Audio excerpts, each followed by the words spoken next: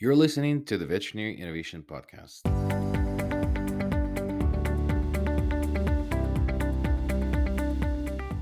You're listening to the Veterinary Innovation Podcast. My name is Sean Wilkie, and along with my awesome co host, we interview the innovators in this space every week. Ivan, please get us started. Hey, I'm Ivan Zach, and I'm excited to introduce our guest today, Eve Hanks.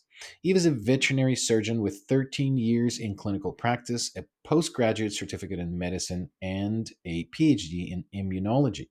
She was working as a clinical pathologist when she discovered a new way to diagnose, monitor, and predict disease. This led her to spin out myRNA, a pioneering data-driven diagnostic platform using AI and microRNAs to give our pets healthier, happier lives. Eve, welcome to the show. Thank you for finding the time. Thank you very much. It's great to be here. So that's quite the background. And so 13 years of clinical practice and then, deep into immunology. And then you discovered something that inspired you to build a company. So tell us what the company is about and how did that transition happen from sort of like very academic, I would imagine, environment, all of a sudden say, I want to be an entrepreneur. How did that transition happen? Yeah, that's a great question, actually, because I think when you give your background in that manner, it sounds as if it was planned. It sounds as if this was something I thought about from vet school right through to the spin out of the company. But in actual fact, it was a series of haphazard events that led me down this path. And sure, there's a bit of courage involved in order to spin a company and a bit of spirit, perhaps entrepreneurial spirit. But I think in general, it was led more by the science and the way we could use this science to really make a difference. And because I had the clinical practice background, that looped back into, make a lovely circle that joined for me science, academia, and what we actually do in veterinary practice. So that would be a very quick summary of what happened. I want to dive into it more. That's not enough for me. So now, the happy accident, you're running a company. That's quite the transition from being a doctor, a surgeon, to being an entrepreneur. Why did it happen? So that's, again, it's one of these things that's still happening. So it's not something that I've finished. My transition from veterinary surgeon to founder was quite abrupt, I suppose, because you found and launch a company and then suddenly you have to find all these new skills. And there's actually quite a lot of help for new entrepreneurs. There's accelerators, there's incubators, there's a lot of excellent material out there in terms of podcasts, etc. But what I've found more difficult is the transition from founder to CEO. So when you actually have a team, you have relationships from investors to manage, you have customers to manage, etc. So for me, that has required me to put in a lot of work. And I'm 2/3 of the way through my MBA at the moment to get that ground around the business side, because I think that lets me be the best CEO that I can be. But it has caused several sleepless nights and quite a lot of searching for answers and a lot of mentorship as well. A lot of people have helped me. So it's not easy. I agree that it's a big jump, vet, founder, CEO, but it's an ongoing process as well. And I'm sure most managers, CEOs would allude to that. You're learning all the time. So I can relate quite a lot. And I done a similar mistake, I would call it in my case. I thought that transitioning from a veterinarian to business should go through the MBA degree. And now that I'm through that, I realized it didn't add value. And the most stuff that I did learn was actually through mentorship and the live experience, and hopefully does more for you than it did for me. And actually did do it in the UK. But the transition that you're talking about is very, very interesting because I find that startup CEO, in my case, I would say that I'm not operational CEO. And I like starting things. I like creating processes. I like crystallizing the chaos into a formula. But it's very difficult for me to get to maintain sort of like, okay, let's move the needle a little bit every year. So that's where I'm getting into the mode that probably not for me and someone else is doing it better than me. So how do you find it? Do you think that the transition from that is something more within your wheelhouse? Or is this something that you might consider, okay, once I drive it to a certain point, then maybe there's another horizon for me to invent something else? How do you feel about that? Yeah, I think that's a really good way to look at it. So what you're describing there is you've got really good self-awareness as to where your blind spots are, and that in itself is a good thing. And I suspect your MBA added more value in terms of self-reflection of your skills than maybe you give it credit in that sense. But we're quite similar. I'm bigger picture. I'm all about, the sort of dream and the strategy, selling the vision, getting people united behind that's who I am. So when I'd been out for a couple of years, my RNA's sort of 5 or 6 years old now. So after a couple of years as a solo founder, I appointed an amazing co-founder, and he's in the weeds. So you realize that actually it's not about doing it on your own or being everything to everyone. It's about finding perhaps that correct mix in the team so that you're operational, strategic, you're clever and intelligent with what you do, but you're inspirational as well. So that's what we've done with the leadership team, as far as I hope, certainly. Yeah, the luck of finding a co-founder that can run alongside you is wonderful. Yes, agreed. I wanted to take the conversation in a slightly different direction. So, we got a chance to catch up before the podcast. You've got a new product coming, but can we step back and get you to explain what the company is, what it does, and help our audience understand why they might want to check it out? Yeah, definitely. So we can peel back a few layers. Essentially, last year there were two scientists who were awarded the Nobel Prize for having discovered microRNAs. So we work with microRNAs. That's how new they are. Like, we've just given a Nobel Prize to the guys who found them. So I didn't discover microRNAs by any means. But what I did do was I recognized that if we combine microRNAs and we use some of the data modeling that is available now through artificial intelligence, other types of deep tech, what we can actually do is create a diagnostics platform. So that's the top level, if you like, microRNAs, AI, and we diagnose things. But as you peel away a little bit more, what you start to understand is that microRNAs do some things that no other biomarker that we know of yet in our body can do, because they act like project managers of our immune system. So we're going back in time. We're not looking at proteins. We're not looking at messenger RNA. We're not looking at DNA, which is who we are. We're looking at what we're doing and who's managing that process. So because microRNAs are in charge of all of that, they turn genes on and off. They break down messenger RNA, therefore create or don't create protein. It's almost like you're looking at the top of the pyramid, and therefore disease, deviation from normal, you can see from day one. In fact, it's a bit science fiction. You can actually see it before we have disease. You can see it's coming down the tracks. So you've got prediction, you've got prognosis in there, you've got monitoring, diagnosis, and just understanding disease pathways we've never understood. So we take these microRNAs and we build patterns through machine learning models, and that tells us about the health or wellness, I suppose, or illness of a dog, cat, horse, cow, human as well. That's incredible, and I love the way that you're describing it. And I like the analogy of a project manager. RNA is a project manager of doing everything. And from what you're describing, it sounds like it's a project manager that likes to do a pre-mortem before things happen and model things and analyze how things will go wrong. So, with that, you mentioned in the beginning of the podcast or before the podcast, I think, about the new test that's coming out. There's an HCM test that is coming out. How does that work given the background of the science that you just described behind and what it is about? When is it coming out? Where is it going to be available? And how do we get our hands on it? That's an excellent lead in to the product plug there. Thank you very much. But it's a bit deeper than that. So I'm going to a little bit of the science around the product just to explain it a bit more. So what we've done with the platform is we're pan species, pan disease. So we look at a variety of diseases, but some of the best places to use microRNAs is to pick up those early disease markers, and early diseases where we can act as veterinary surgeons are the most interesting to us. So therefore, chronic disease, things like heart disease, kidney, skin disease, osteoarthritis are all areas that we're working on. So one of our leading products or projects there has been on hypertrophic cardiomyopathy in cats, because it's really disappointing when you're a vet. It's really hard, actually, when you're a vet. At times, an owner will come in and their cat has died, or an owner comes in and their cat has had a catastrophic clotting event, but you had no idea as a veterinary surgeon that that was on its way. So, the idea behind the HCM test is that it can be used as a screening test in cats that are a little bit older or perhaps predisposed, like Maine Coons, or have kidney disease, to check if HCM is present or not.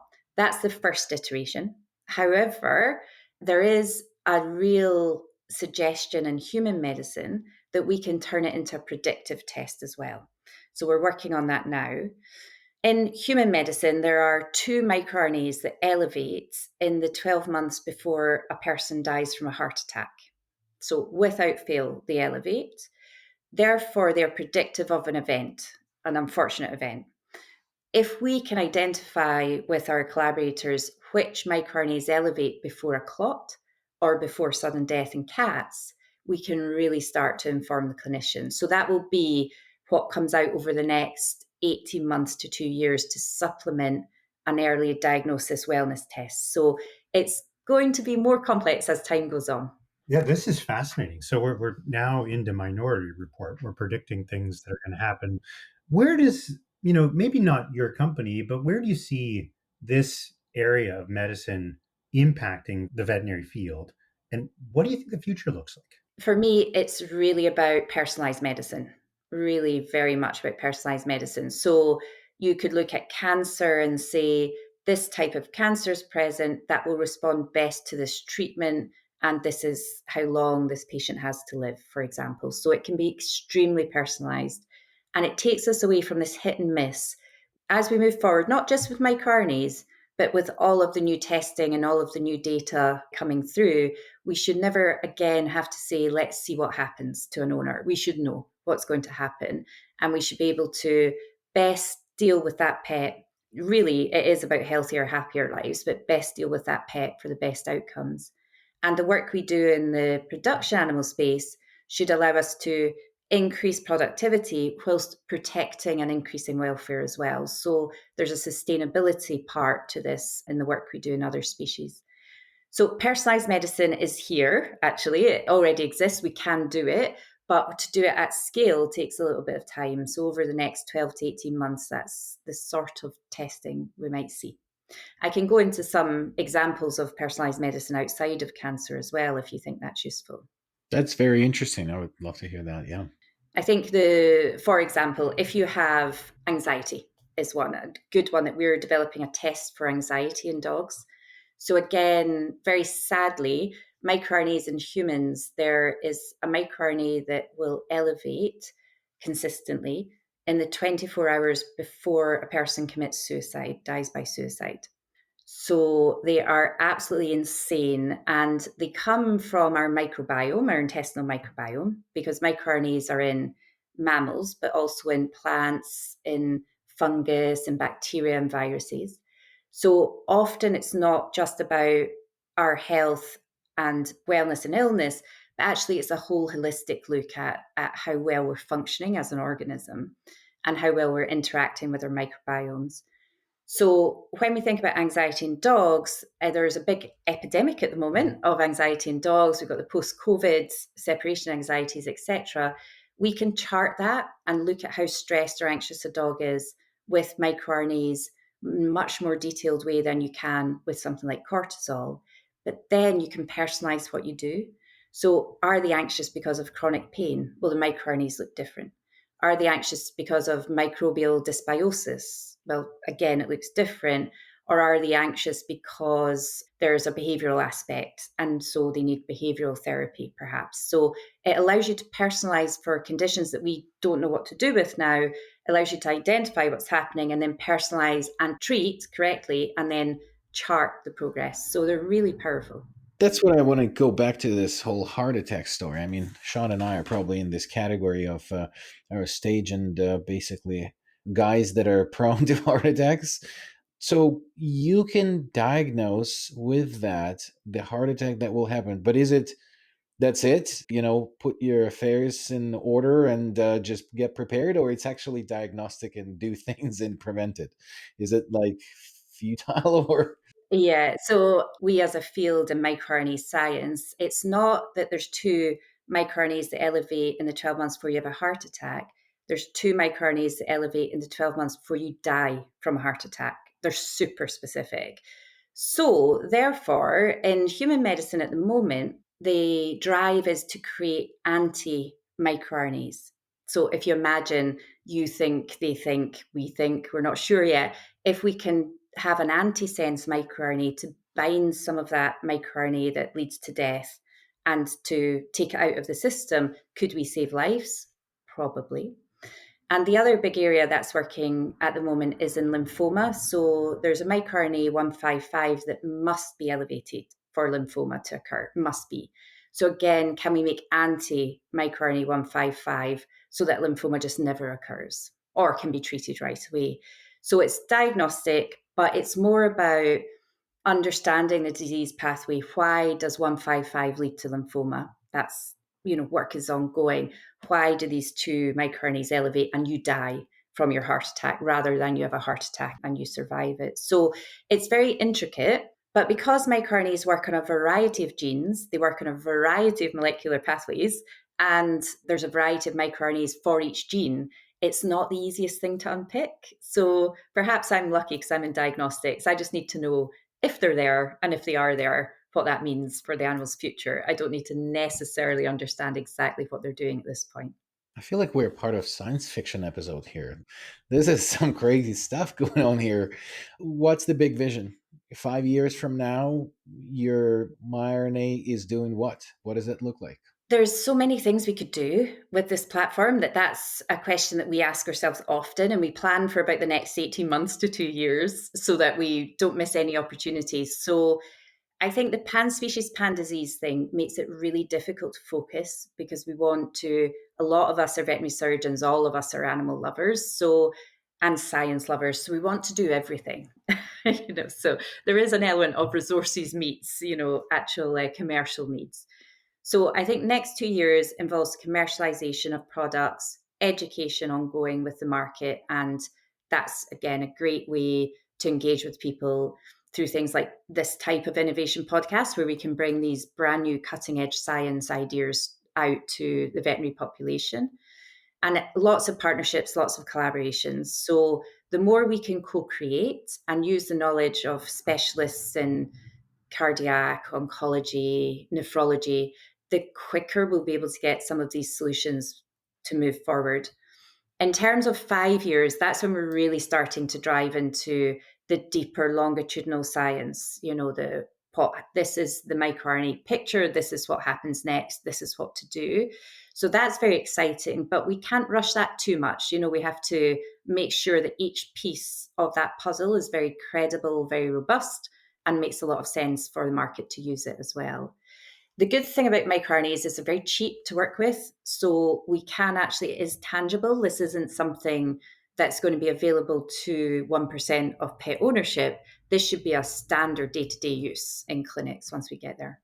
It's so exciting. And we didn't even get into the tech and the AI and the algorithms and all of the other stuff. I wish we had time, but we've run out. So we've got a couple questions that we'd like to ask every guest before we let them go.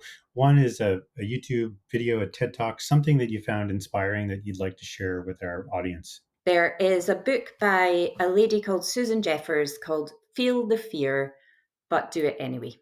And everyone should read that because that will help you to launch your company. Excellent. And the second question that we ask, is there a guest that you know in our industry that would be a good candidate for this type of podcast? Yes, so many. I think if you are interested in continuing along the sort of DNA and RNA pathways to understand more about that, then Kristen Werman, who was with Base Paws, she is working in the cat space in general and is super fascinating person to talk to. She's got such a lot of background in innovation and she's currently working on new innovations. So this would be a good time to reach out. Thank you so much for listening to the Veterinary Innovation Podcast. If you want to hear about our new episodes, please follow us on any social media channel. Also, you can check out our website at veterinaryinnovationpodcast.com. See you next week.